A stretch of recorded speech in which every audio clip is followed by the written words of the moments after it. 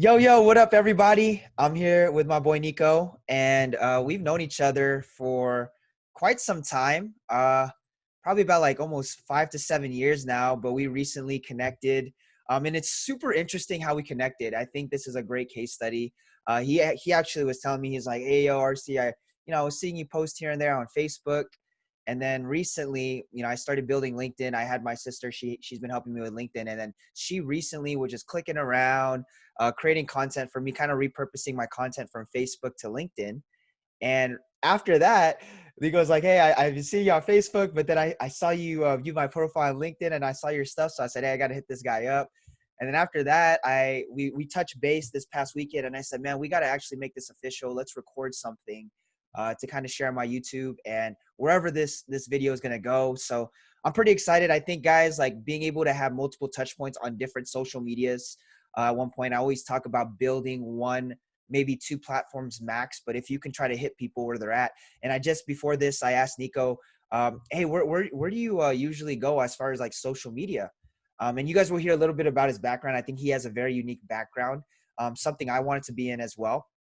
But he says, hey, I'm on LinkedIn and Instagram like almost every day. And I was like, oh my gosh. So recently I've been getting on LinkedIn and you guys can touch people on so many different platforms, wherever their focus is in whatever season. So enough about all that. I just wanted to kind of hop on here. We're going to chat a little bit, ask some questions here and there. And yeah, I'm going to have Nico just kind of share a little bit about his background.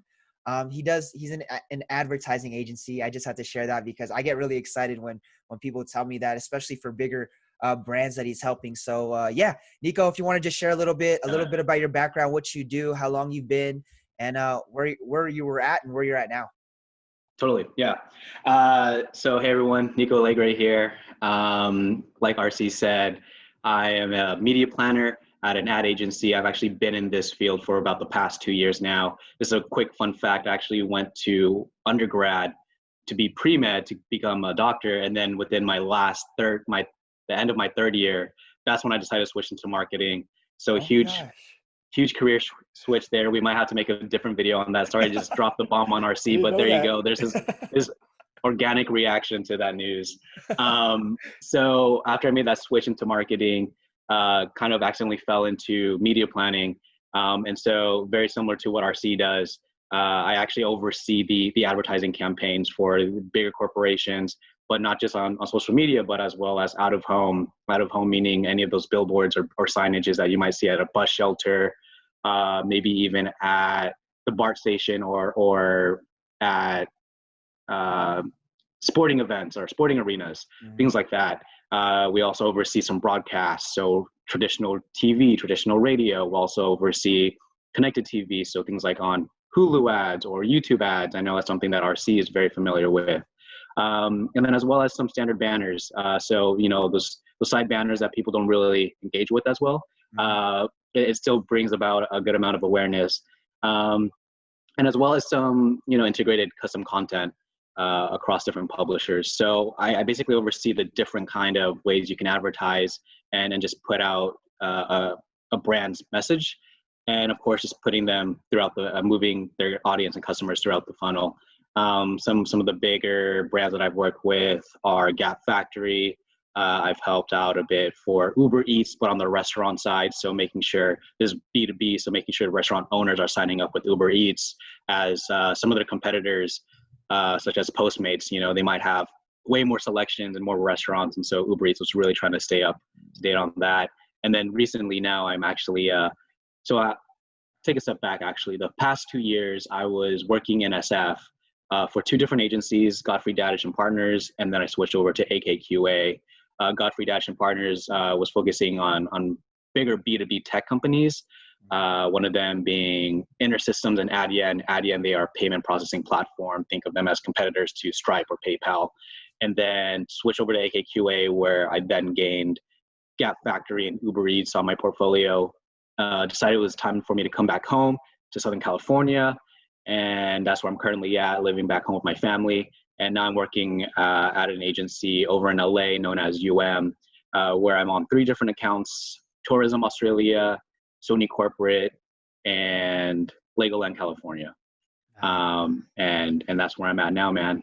Been in it for 2 years, and like RC said, just reconnected, and here we are.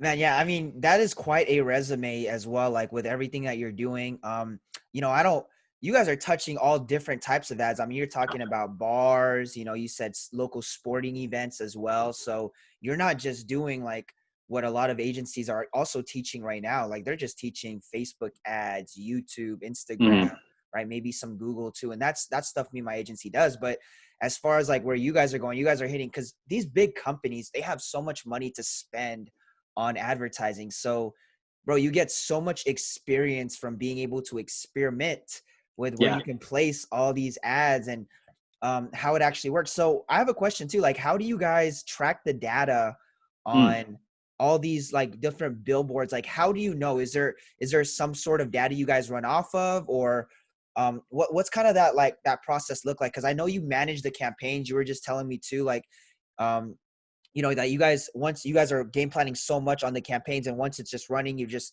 kind of like putting your your hand on the pulse and like, okay, is it going? Like just kind of optimizing, checking it, and seeing. So how do you guys, my question is like, how do you guys know if it actually works or not? Like those types of banners and those types of ads. Definitely. So I think, of course, on the digital sense, it's pretty easy to track. A lot of these platforms to advertise on, they offer some kind of analytics or reporting, especially social media. I think that's why it can be more manageable to learn that skill. Whereas, of course, if you're doing banners or these custom articles, if we're running custom articles with like Travel and Leisure or CNN or even New York Times, those are proprietary sites. So what ends up happening is we have to use Google Analytics to create basically these codes that these websites and publishers will implement so that we're able to track it on our end. Yes. So that's how that works.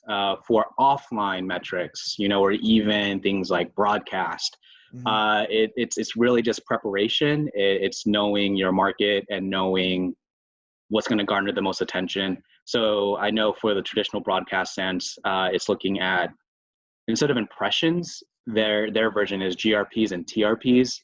I don't know the technicalities of any of that. I've vaguely worked in broadcast, but that's basically how you buy it out. And then they kind of just you buy it out on day parts, or you block out you block out certain times of the day for that. And so of course that's why there's a terms of prime time and daytime television, because it's focused on when people are most prevalent to watching that kind of broadcast channel. For something like billboards, that's once again just the research and knowing what's going to garner the most foot traffic. You could also kind of pair that with maybe some kind of mobile device attribution partner. So there are other partners that are third party that could track, the number of devices that pass by a certain billboard or certain area. And then another way to really provide value for billboards is in these offline media channels is brand lift studies. So it's looking at what the consumer thinks about before the campaign and then after, and see if there's any lift there. Because, now that we have these digital channels, billboards and these more traditional ways of marketing advertising kind of tend to be a bit more awareness and engagement driven. You don't see as much brands saying, call this number now, blah, blah, blah, because now there's the ease of phones and the internet. So it's kind of shifted in that sense. And something that we've also really seen that I'm sure everyone's really well aware of is just the fragmentation of how people are getting their information. So that makes it a bit more difficult, but more challenging and creative and fun to figure out, okay, for this specific audience, what are different channels? How do we hit them? What's the frequency? And how do we make sure everything just coincides together? Yeah. I've always been interested too. I know there are specific analytics that bigger companies have. And like you said, you just kind of gauge it, but a lot of it's just for more brand awareness, more engagement. So then when the real conversions do happen, you guys can track that down on the online side. And I totally agree. I totally agree with all that. Let's take a step back real quick. So you kind of caught me there with like a little hooker. You like you hooked me right out with saying I was in the medical field, Yeah. And then I just decided to fall back like my third year to go to the marketing side. Like I said, what? little right hook right there. Okay, so Yeah, man. what? Like, just in a nutshell, you don't have to go too deep. I know it's probably like a longer story. But what kind of got you to take a step back from the medical field to go straight into marketing? I mean, they're two total opposite industries. Yeah, definitely. I think a lot of it was I wasn't sure of what I wanted to do with my career, my life, and just using high school as an example, I was like, okay, four core subjects: history, English, science, and math. I was like, I love science the most. I'll just be a doctor. Made sense to me. And I actually enjoyed biology and physiology. Yeah. And then as I went to college, I think it just really humbled me. I think before you go to like not even college, but like any kind of setting where you're just leveling up Yeah. and you're just networking and meeting people who are actually out there in the world doing things, you get humbled. Yeah. And I think after doing that for 3 years, hanging out with a lot of my friends who were definitely a lot smarter than me, worked way more hard than me. And I was like, okay, I don't think I could compete against them, you know? Mm. And also not only that, it came to a point where I was kind of unhappy. I think that was the most important part was how I felt while Yeah. I was pursuing the medical field. And so took a step back and was like, what really makes me happy? Um, I think you touched base on this before, but I wanted to create a career around my lifestyle instead of building my lifestyle around my career. Yeah. And so I really looked at what I was into, what my passion points were, and started kind of doing some reverse engineering of like, okay, what are some companies I would like to work for? And then I would look at the job board to see what resonated with me the most, Nice. and figured out marketing was the best thing. Then once I made that decision and I thought marketing was cool, started getting internships, and then here we are now. Wow. Wow. Wow. Yeah, that is really key because I know a lot of people now, like I talk to a lot of people that are doing, what they did.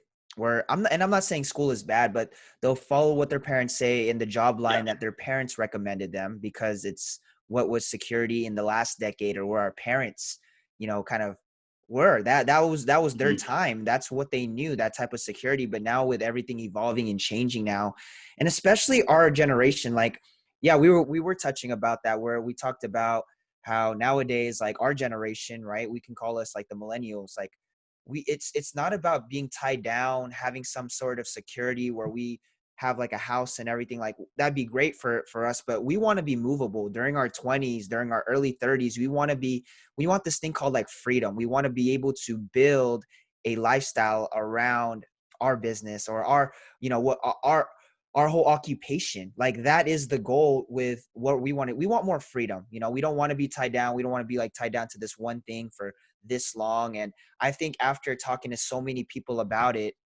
like I just think it's such an interesting period that we live in with where the internet's at. And also there's a lot of comparison that's going on, a lot of like, oh, this and that, like if this person could do that, I could do this. And with what the internet, like LinkedIn wasn't even here, that long ago, right? Like that time, and all these social media platforms. I mean, Facebook ads didn't even blow up till like 2010, 2011, and early 2000s when it was starting to pop off. But just thinking, and then Google ads was here like early 2000s, and now we're just seeing like the power, right? It's 2020 now, so people are seeing like the power of where social's going, especially with what just happened in the last season with the people call it like the pandemic, with Mm. internet and social just rising to the top, and e-com.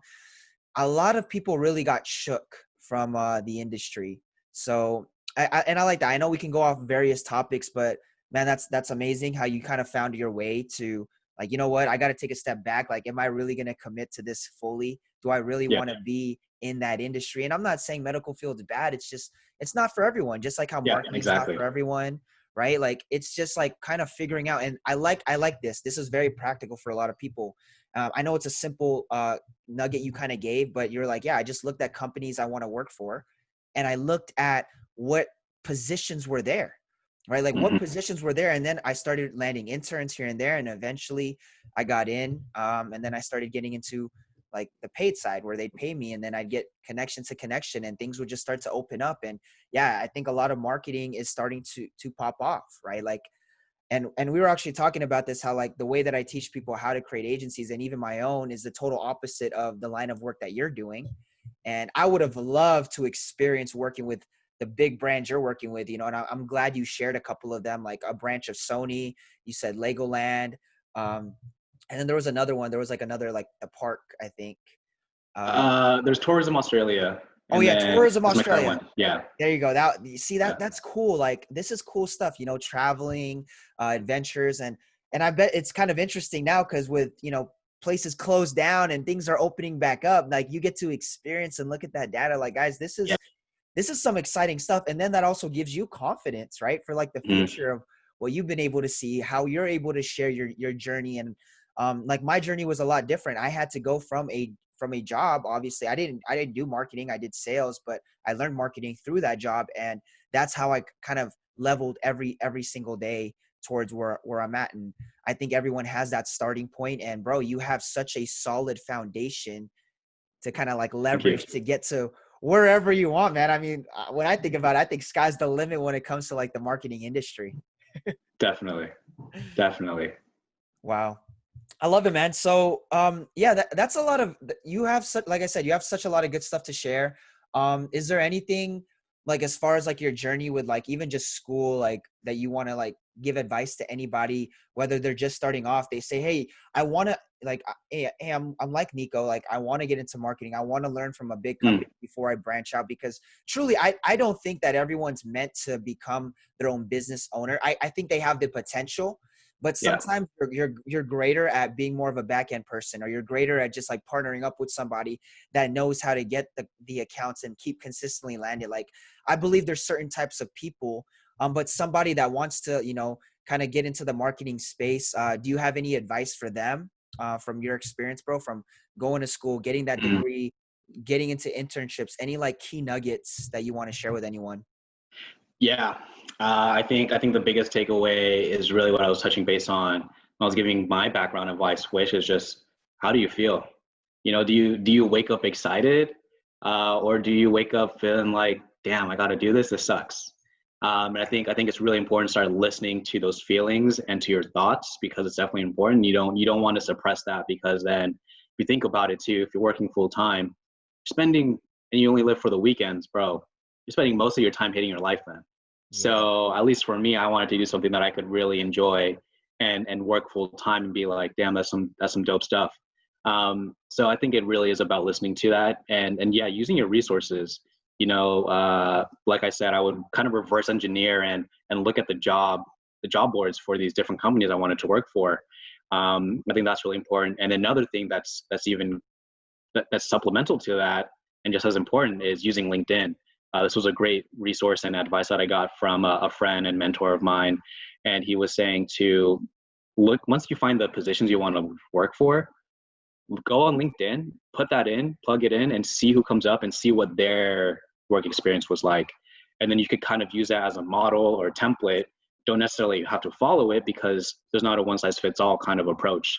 Um, so definitely do that. And I think what RC teaches, and also the way he leads by example, is there's a lot of power in networking. So definitely use LinkedIn to also network, and even maybe Instagram. There are some people that I'll follow on Instagram on a personal level, and kind of see what they're up to and tell them I think what they do is really cool, and then I'll message them or just comment. And you'd be surprised how receptive people are on Instagram or even LinkedIn. It may be hard at first, and not going to lie, a lot of people will actually probably not reply back to you, but that's just how the world is sometimes, and you just got to keep going and not take it personally, because they have their own stuff to worry about too. So it's just a matter of continuing to leverage those networks, and just continue to educate yourself too. Education doesn't only stop and start at school. Lots of great resources out there, so explore and just do what you got to do, and just as long as you feel good at the end of the day, I think you're on the right path. I love it. I love it. So this is like good. Yeah, this is actually great advice for anyone that's starting college, or they're in the middle of like maybe even a career change, just like you, Mm-hmm. man. I mean, I'm sure people can relate with that. Like I was telling Nikko how like I had a chance to finish my degree at SDSU or work for an internet entrepreneur. And pursue accounting, finish my bachelor's, or so it was just like a once in a lifetime. So I took that route, guys. So everyone pivots differently in life. Yeah. Um, Also, I had a question with like marketing too. Like, do you have any like inspiration from like anyone in the space, any big marketers, people that you follow, watch, just people, just names to throw out there? Or That's a good question. At first, definitely Gary Vaynerchuk, Mhm. Gary V. I think when a lot of people feel lost, his content can resonate with a lot of people, but of course, Mhm. his personality might not be the best fit for a lot of people. But at least for me, he was someone that really put things into perspective. At least, sure, the way he talks about things, maybe not the most eloquent way, but um, the perspective he offers is great. So I think Gary Vaynerchuk is a good is a good model there. Cool. Um, who else do I follow? Oh my gosh. I think I really enjoy, I'm very big into streetwear. And so someone that I think is really inspirational is Bobby Hundreds. Yeah. Yeah. Yeah. Yeah. Like he's so transparent about things. He keeps it real. He fights for what he thinks is right. Yep. And he's not afraid to have those hard conversations and bring that into the streetwear space and vice versa. I think what he does is great. And if you don't follow him already, I think y'all really need to. He talks about the social environment that we're in now currently, and he's always talked about social justice and social political topics. He's a great one. So yeah, Bobby Hundreds for sure. I think kind of in that same vein is Virgil Abloh. I mean, just paving the way for Black creatives and just doing what he's done to just shatter all boundaries. This isn't necessarily in the marketing sense, but I think there's a lot to take away in Yeah. how Virgil Abloh has navigated his career, especially when people feel lost or they're not sure what to do. And I think you look at Virgil and see what he's done and accomplished, and you could be like, damn, he did all that. I should be able to do something that I think is impossible too. Um, and then from there, I think it's really just following brands. For me, it's like Nike, Disney, Adidas, Postmates. It's for me. I really look at the bigger brands and the campaigns and see what they've done on a cultural level, and then from there I'll kind of follow some people. So John Wexler, I guess now I think about it, John Wexler, who's like head of global entertainment marketing, something like that for Adidas. So he was the one that really helped bring on Kanye to the Adidas team, and as well as like Childish Gambino and Beyonce. So John Wexler's a big one. And then the last one I'd say is not necessarily a person that I use as a model, but a platform that he uses that I listen to a lot is his name is Jeff Staple. He has a podcast with that website, Hypebeast. It's called The Business of Hype. Really, really great podcast because it's not too technical. It's not too mundane. It's really just heart to heart conversations. And he doesn't just talk about hype beast and streetwear culture. He actually interviewed Ronnie Chang recently, who's a correspondent on The Daily Show. He's the Asian correspondent on The Daily Show. He's talked to some like therapists or people who created brands, and he even talked to recently the CEO and founder of Allbirds. So it's a really great platform. Like I said, I don't follow Jeff Staple personally, but the platform that he's on, which is the podcast for Hypebeast, is a great learning tool. So those are the big things. Yeah. Wow. Yeah. Thank you for saying that. I think this is a lot of good stuff because you guys can tell like the type of mindset that Nikko has to be able to refer all these great people. I mean, he's listening to good stuff, especially as all the other bigger brands he follows. Yeah, he has to follow those brands because he's marketing kind of for the competition of them. So that's why he's at that level. And then sharing all these people that aren't just marketers, but they're business people. And I think part of business anyways, a majority of your business is how you're marketing it and how you're driving sales to it, right? Like everything else is just like kind of administration to the business, like just the day-to-day, keeping it going. But the driving force of like branding, marketing, sales, that is so key to be able to build and grow any business. And everyone that he's mentioned, these guys are great at that. Like we might not think it, but also just the authenticity of it. And also I like how you brought up because I want to listen to that too, like the hype beast one. that was to me, that was interesting. I'm like, oh man, because I'm trying, you want to get into different people's heads of how they're building these iconic brands from like the back end. And we don't see the numbers, but we know that they're big brands and people pay a lot of money, right, for like the same piece that's another company would. So yeah, that's great. I love it. I love it. I could tell with what you're doing too. And just that, like I said, the type of mindset, you could tell the type of mindset someone has when they start referring all these different podcasts, the authenticity, certain people, like you could tell like you're a go-getter, you're someone, and you've always been like that. Cause a lot of people probably know, but, or don't know, whoever's watching this, but I met Nikko because of dance. This dude's was dancing back in I don't know if you still dance actively or teach. I'll take online classes here and there, but I'm not like on Okay. a dance team or anything. Yeah. Okay. Yeah. So that's how we met. A lot of my friends back then was how I met. I met a lot of them through dance, and we weren't even like super close. We'd say what's up to each other every now and then. I'd be at a practice, he'd come, or like it would be super, super light. It was never like we were close, we'd kick it or anything on like a personal level. So I think, with everything coming back full circle, it's pretty cool. And now we're like marketing nerds. So Yeah, man. I love it. I love it. We got two big passion points, and for us to go from dancing to now being in marketing, it's great, man. I yeah. love it. So we'll probably close out here in like, a few. I want to ask you one more question, but Yeah. I don't know if you have any questions that you want to touch up on my end to kind of like break down. I know you had such a lot of great questions the other day. We were on a phone call. I was like, man, this is good stuff. We could just probably touch on like one or two points, or if you had anything major that you wanted to ask here while we're kind of live on this Yeah. video. Yeah. I think kind of I definitely have one big question, because I know I got a lot of them out in our last call. Yeah. And I think this is probably hopefully a good one for a lot of people that are watching. You being in the mastermind community and really investing in that, and then you talking to me about the fruit that you are able to reap from what you've harvested. It's great.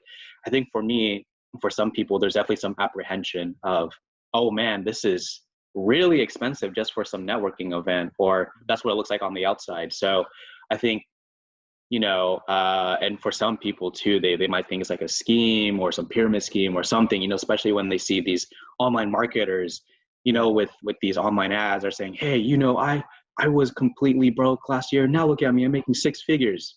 Yeah. You know, how do you kind of break that mentality? And really, I guess what I'm trying to get at is, how can you help people understand the power and purpose of the mastermind community and investing in these things, when for some people there's that apprehension because the way they're exposed to it, they're like, oh nah, that looks like a scam to me, Yeah. or I don't know if I trust it. How do you kind of provide that value and just break down that mentality that people have? This is awesome, man. So I actually just launched a video on like my thoughts on masterminds and courses. It was like 10 minutes here on YouTube. It just launched earlier this morning. But like in I'll a have to check that nutshell, out. yeah. It's just me kind of venting a little bit and kind of ranting on like this whole space because I've been in it for quite a few years. I was telling Nikko how like back in 2013 is when I kind of started, guys. Like I started network marketing, and it wasn't the most sexy business model to a lot of people. But I believed in it. I got paid. I didn't think it was a scam. And but a lot of people were keen to not wanting to be part of going to events because of that stuff. Like, oh, I'm just going to get closed. I don't like the vibes, right? And now it's getting bigger. And as we're in 2020, the rise of like, they call them gurus now, is like rising, where people do. And they do that. It's because it's like, it's flashy. It gets people's attention. It drives people's pain points. And also it relates with them. Oh, I used to be a college dropout, or I used to only have $47 in my bank account, and I only lived like on the side shed of like I don't know, my friend's house, So they're like this like super over dramatic story, which does hit because it will relate with people that are at that point. Big picture, when I look at it, I follow people for a long time. Like for example, you like, let's talk about the first person, Gary Vaynerchuk. You follow him for so long, you hear so much good advice from him. Yeah, there might be the way that he shares his message might not resonate with a lot of people, if they're very sensitive.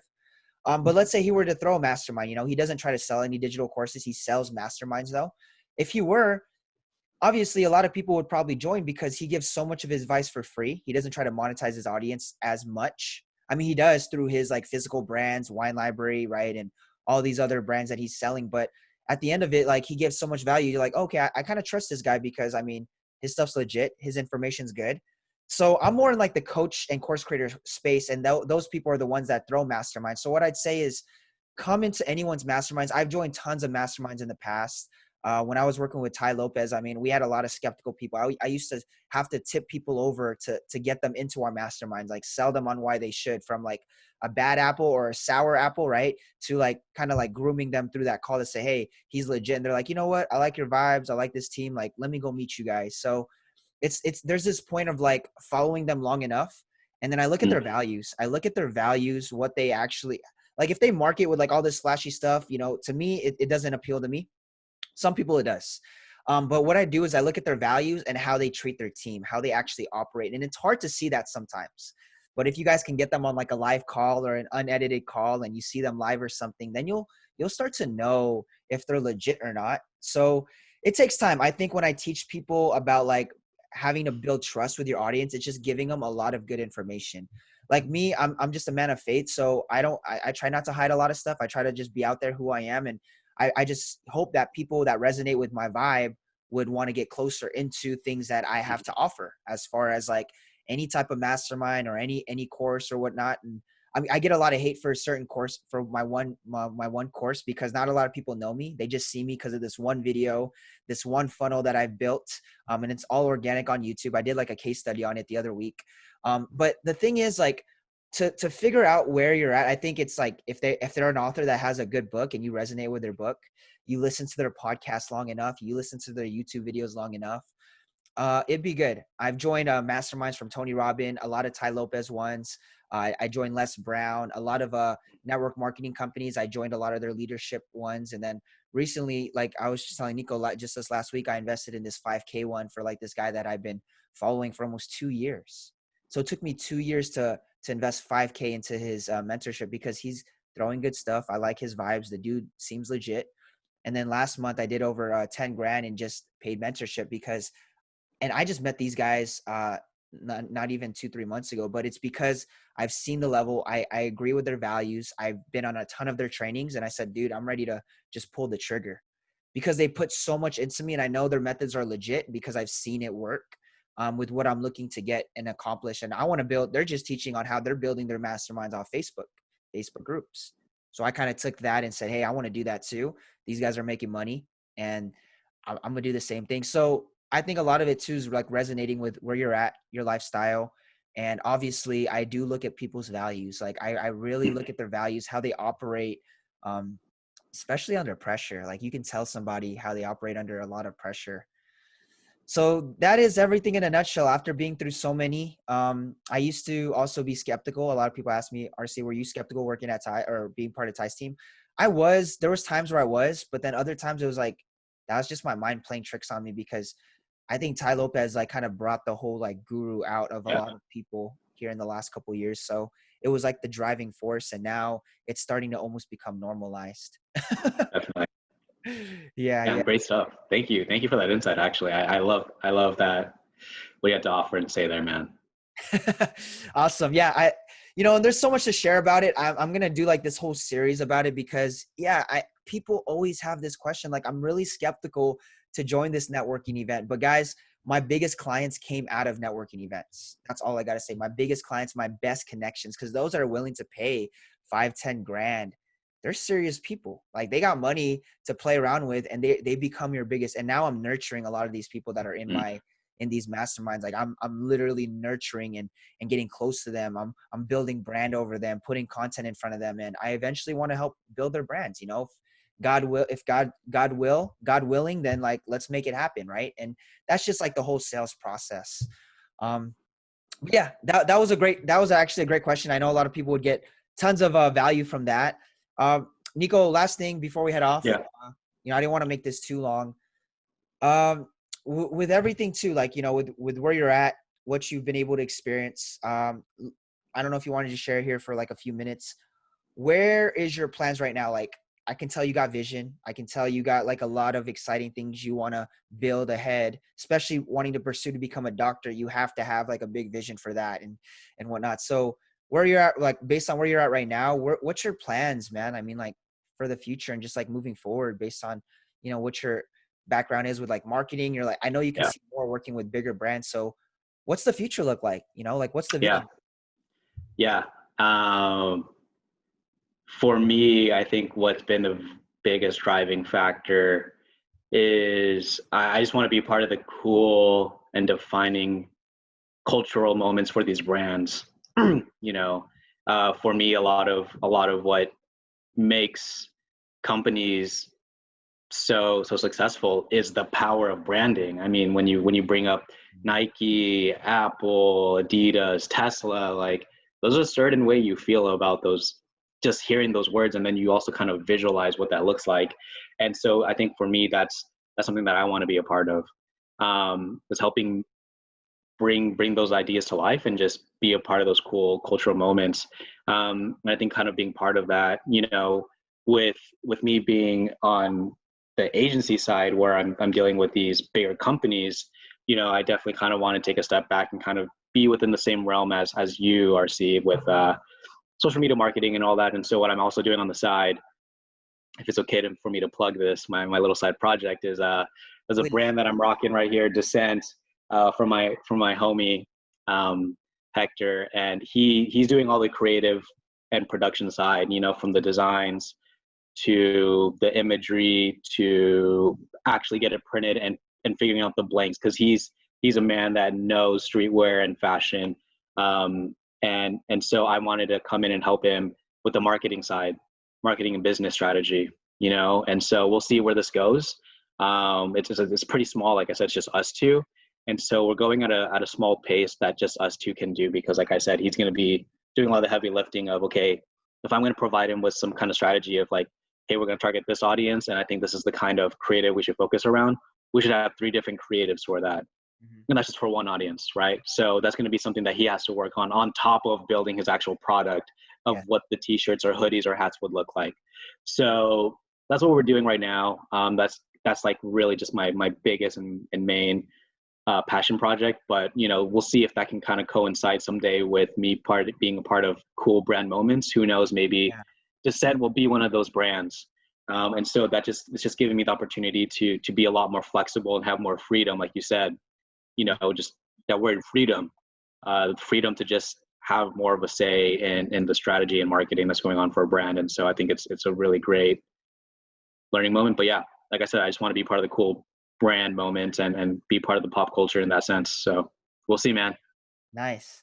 I believe it, man. I believe it. I think you're such a like driven person. You definitely have a lot of vision, but it's also the foundation of where you're at right now. Like that is such a big step to be, that not a lot of people have the opportunity to work with these bigger brands. And I keep touching on that because I truly believe everyone needs to start somewhere, right? And that's giving you that confidence to be like, hey, yo, I could do it for these brands. Like what makes any difference to build this brand from the ground up, right? With the right Yeah. team, the right effort, the right strategy, like you were saying, the different campaigns, the creatives, especially someone that knows how to create the nice creatives. It's going to be good. It takes time, right? Yeah. Like every great brand, but like you were saying, like the feel, like how do people feel when they think about it? And I mean, and we could just go into like a whole nother thing on that, but like with just Tesla in general, you know, like Elon Musk is just a beast at how he marketed Tesla. Like I know, you know, he didn't even start it. He bought it from I didn't know Sony. that, actually. Yeah, yeah. So he bought Wow. it and created that Tesla feel. So Elon Musk, the dude knows what he's doing. And he uses his personality brand, and the way that he markets it is just so genius. I take a lot of stuff from him too. So he's definitely someone to always look out for with all the brands that he's he's under. So cool. Yo, Nikko, I appreciate this so much. Thank you, man. I know you said the 2 main platforms you're on is LinkedIn and Instagram, right? You want to just plug Yep. those in, and then maybe I'll just put in the description. Yeah. Yeah. So you can just find me on both those platforms, Nikko Alegre. You can kind of see my last name here. It shows my real name's Francis, and that's what it kind of is. But yeah, Nikko Alegre, Nikko Alegre, Alegre. Find me both on LinkedIn and Instagram through that, and then stay connected. You know, don't hesitate to reach out to me on either platform. Like I said, I use both in a professional setting, so let's do it. So watch Looking out forward for to it. Yeah, man, we'll see. We'll see. I appreciate the support, but thanks for this opportunity. Thanks for this time. I really love doing things like this. So Yeah. Everyone watching, thanks for your time as well.